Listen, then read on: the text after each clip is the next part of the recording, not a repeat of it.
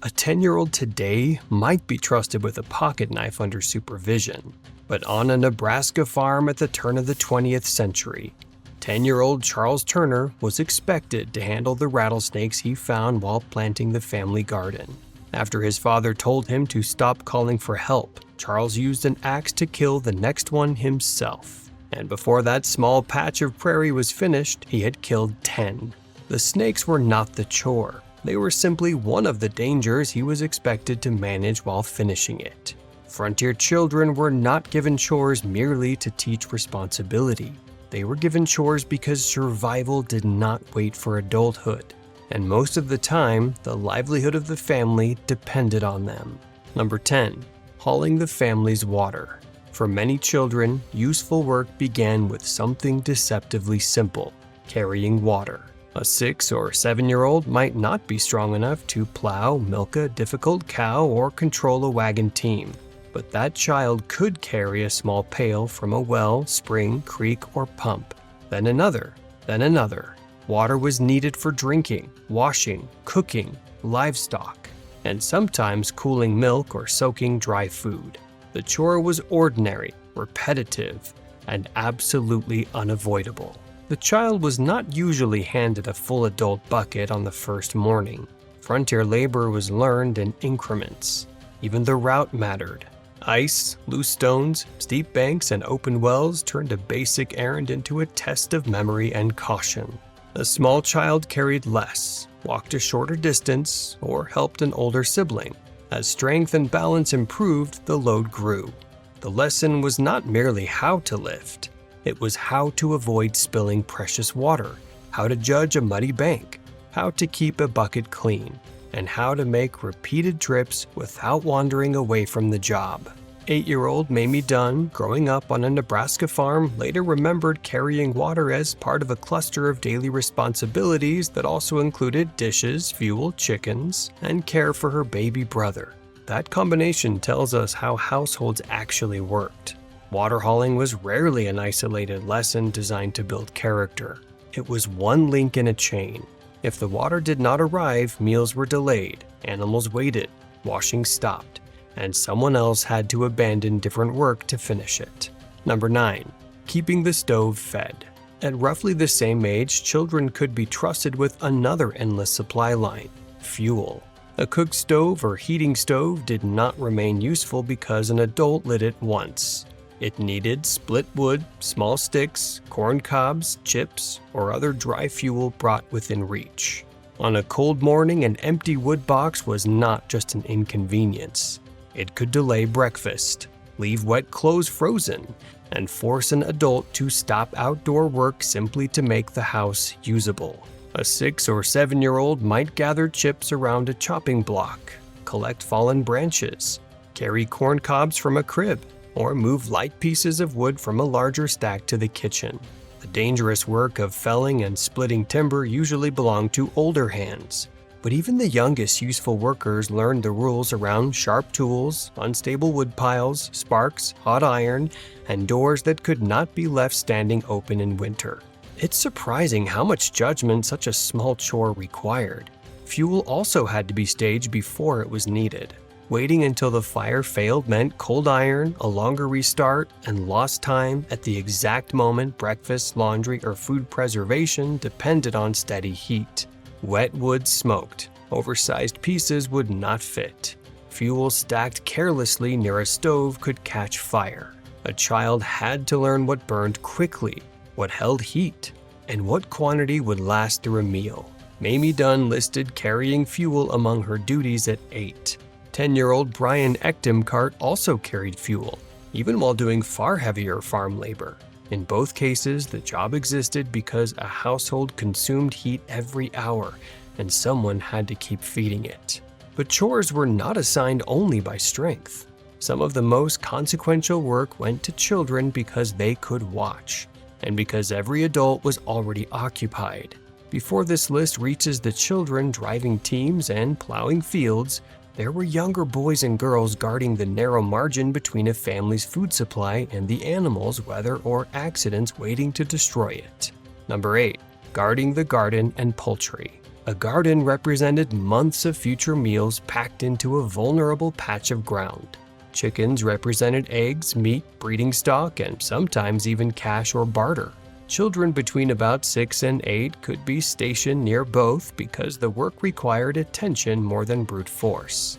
They chased birds from seed beds, watched for wandering livestock, gathered eggs, closed gates, scattered feed, and made sure hens or young chicks did not disappear into weeds, brush, or the mouths of predators. This was not the romantic image of a child passing an afternoon among flowers and chickens. A neglected latch could release a cow into the garden. A dog, fox, hawk, snake, or skunk could reduce a poultry flock. Newly planted seed could vanish under birds. The child had to recognize trouble early and know which problem could be handled alone and which one required an adult. That was one of the central lessons of frontier childhood. Not simply obedience, but triage. Historical accounts commonly place feeding and watering animals, gathering eggs, and tending chickens among children's regular chores. Mamie Dunne tended chickens at 8. The household depended on that work because poultry was one of a few food systems small enough for a young child to manage directly. A child who gathered a garden or flock was not producing an ornamental result. That child was protecting future breakfasts, winter preserves, seed, and animals the family could not casually replace. Number 7. Carding wool, sewing, and mending. Not every survival chore happened outdoors. By 7, 8, or 9, many girls and some boys, when circumstances required it, were learning textile work. Wool had to be cleaned and carded before it could be spun. Clothing had to be patched before a tear spread. Buttons had to be replaced. Stockings, shirts, dresses, aprons, mittens, bedding, and sacks wore out under constant use. A household could not treat every damaged garment as a reason to buy another. Carding wool meant working fibers between toothed paddles until they were aligned and ready for spinning. It required rhythm, patience, and care around sharp wire teeth. Sewing and mending required different judgment, choosing a strong enough thread, turning a rough edge inward, placing a patch where it would hold, and making stitches tight enough to survive work without bunching the cloth. A child's early stitches might be uneven, but the garment still had to return to service. Mending preserved the labor already invested in spinning, weaving, cutting, and sewing the garment in the first place. A patch was not simply cheaper than replacement.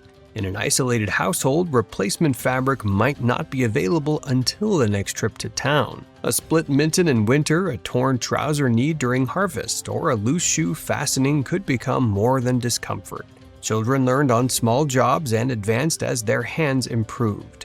Not every pioneer child carded wool or sewed at the same age, since the materials, region, gender expectations, and household needs varied. But where textile labor existed, children were drawn into it because every usable inch of cloth had value. Number 6. Watching a younger child. The responsibility that feels most unsettling today was often one of the least visible, an older child caring for a younger one while adults worked. This did not always mean a 6-year-old was left alone with an infant for an entire day. Historical circumstances varied widely. Sometimes the older child watched a toddler in the same room. Sometimes siblings stayed near a field, campsite, or yard while adults remained within calling distance. In other cases, children carried responsibility that modern families would reserve for someone much older. At 8, Mamie Dunne remembered caring for her baby brother alongside dishes, water, fuel, and chickens. The skill involved more than keeping a child entertained. An older sibling had to notice hunger, crying, cold, wandering, fire, animals, open wells, tools, and the 1,000 ordinary hazards of a working farm. The job required attention while the child caregiver might also be completing another task. The household dependency was direct. Every hour an older child watched a younger one was an hour a parent could milk, cook, wash, harvest, preserve food, repair equipment, or help in the field. An adult pulled from harvest or livestock work could lose time that they couldn't get back. This was not proof that frontier parents cared less. It was evidence of a labor system that required all hands on deck and had no adults to spare. Number 5. Churning butter and processing milk. By roughly 8 to 10, a child might be assigned part of the daily work that turned fresh milk into food, that could actually be used or kept. That included skimming cream, washing milk vessels, working a churn, rinsing butter, salting it, or helping shape it from the table or market. The work looked domestic and safe compared with horses or plows, but it demanded cleanliness, endurance, and close attention. Churning could take long enough to test an adult's patience. Cream had to be in workable condition. The dasher moved steadily, and the change from cream to butter recognized at the right moment. Once butter formed, the remaining buttermilk had to be drained. The butter was washed and worked to remove liquid that could hasten spoilage. Too much handling with warm hands could soften it. Dirty equipment or careless storage could ruin the result. The dependency was larger than one meal. Milk spoiled quickly, and processing extended its usefulness and converted a daily surplus into butter, cheese, or other food with greater value. A child who could manage part of that sequence freed an adult for work requiring more strength. The child also learned that failure was disastrous. If cream soured badly, butter spoiled, or vessels remained unclean, the family lost calories. Not to mention the animals still had to be fed and milked the next day. So far, most of these jobs could be learned close to the house. The next form moved children farther from immediate adult help. A mistake was no longer a spilled bucket or a torn shirt. It could mean a runaway animal, a ruined field, an overturned wagon, or a night when livestock simply did not come home. Number 4. Cooking and maintaining camp. For families traveling west, moving livestock, hunting, cutting hay, or working away from the farmhouse, children around 8 to 11 could become part of the camp system. They gathered fuel, carried water, watched a fire, cleaned utensils, prepared simple foods, helped bake or fry, and kept bedding or supplies out of mud and weather. The exact duty depended on age, experience, and whether the camp was a wagon, train, cattle operation, harvest camp, or temporary stop. Cooking over an open fire required judgment that a modern kitchen doesn't. There was no numbered burner and no reliable oven thermostat. Heat was judged by flame, coal, distance, sound, smell, and experience. The child learned to move the pot, not turn a dial. A child had to recognize dry fuel, manage coal instead of chasing flames, keep clothing away from sparks, protect food from dirt and animals, and ration ingredients that could not be replaced at the next corner store. A pot set badly could spill a meal. A fire left careless in dry grass could become a disaster. Water used too freely could force another trip after dark. Accounts of pioneer migration describe children cooking, tending livestock, driving animals, gathering fuel, and watching siblings as part of the day's travel. Young Joseph F. Smith, who crossed the plains with a wagon company, performed adult-looking duties while still a boy. Camp labor mattered because traveling did not pause the household. People still needed food, heat, water, shelter, and order each evening. A child who maintained one part of camp allowed stronger hands to repair wagons, secure animals, stand watch, or prepare for the next day's miles. Number 3. Herding livestock alone. Livestock could turn a child into a worker at an age modern families associate with elementary school. 8-year-old Margaret Carr remembered herding 18 cows through harvested corn stalks. 10-year-old Myrtle Jordan and her sister were sent to herd 750 sheep. These were not identical situations, and they weren't the universal frontier standard, but both reveal how quickly competence could become responsibility when a family's animals needed supervision. Herding required more than walking behind a group. It also meant knowing the land well enough to avoid boggy ground, dangerous crossings, poisonous plants, damaged fences, and neighboring fields where one wandering animal could create conflict. The quiet hours were part of the skill, because they trained attention before the emergency arrived. A child had to read movement, keep animals from crops, watch fences and roads, identify stragglers, respond to weather, and bring the herd back before darkness. Cattle could charge, sheep could scatter, horses could bolt, and all of them could find weak places in a fence faster than an inattentive child.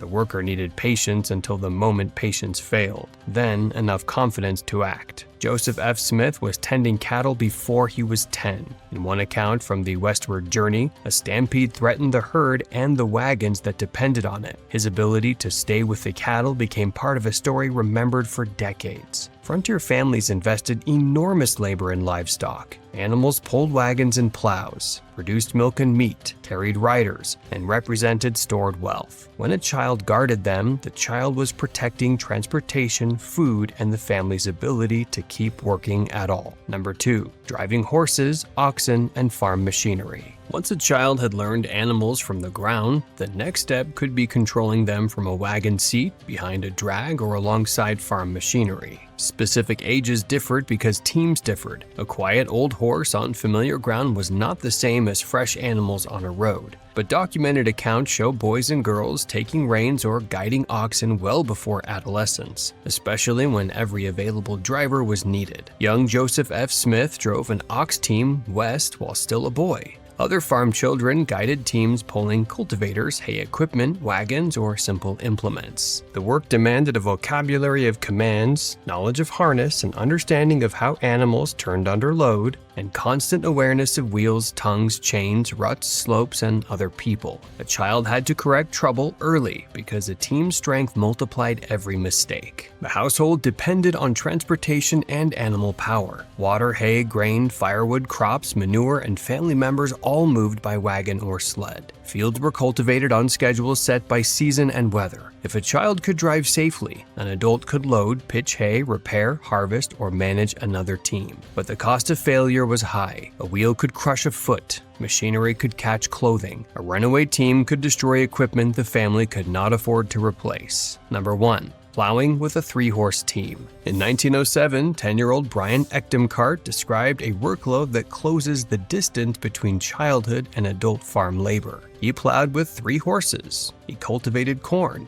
He made hay, fed 9 calves, and carried fuel. Plowing stands at number 1 because it combined animal control, machinery, endurance, timing, and the family's future food supply in one moving line across the field. A 3-horse team was not controlled by strength alone. The child had to harness correctly or work with someone who did. Line the animals up, start them together, hold the plow in soil that could pull sideways, keep a reasonably straight furrow, turn at the end, avoid rocks and roots, and notice when leather, chain, wood, iron, or animal began to fail. The team could outweigh the child many times over. The plow could cut soil or feet. Why give such work to a 10-year-old? Because a farm's planting window did not expand to accommodate childhood. Soil could be too wet one week and too hard the next. Seed placed late faced a shorter growing season. The calendar did not care whether the hand on the plow belonged to an adult or a child. Many families could not afford hired labor, and in some regions, reliable help was difficult to find. Children learned beside adults, then performed tasks independently as soon as they were judged capable. Their labor was so essential that agricultural work remained largely outside early child labor regulation, and rural schooling often bent around seasons when families needed children at home. That does not mean every 10-year-old plowed or that hardship automatically made children wiser. Some were injured, some were exhausted, some missed school, some carried fear and responsibility they had no words for. But the record also shows real skill. On a working farm, competence was measured less by birthdays than by whether a child could finish without constant rescue. Bryan was not pretending to farm with a toy implement. His family trusted him with 3 horses because the work had to be done,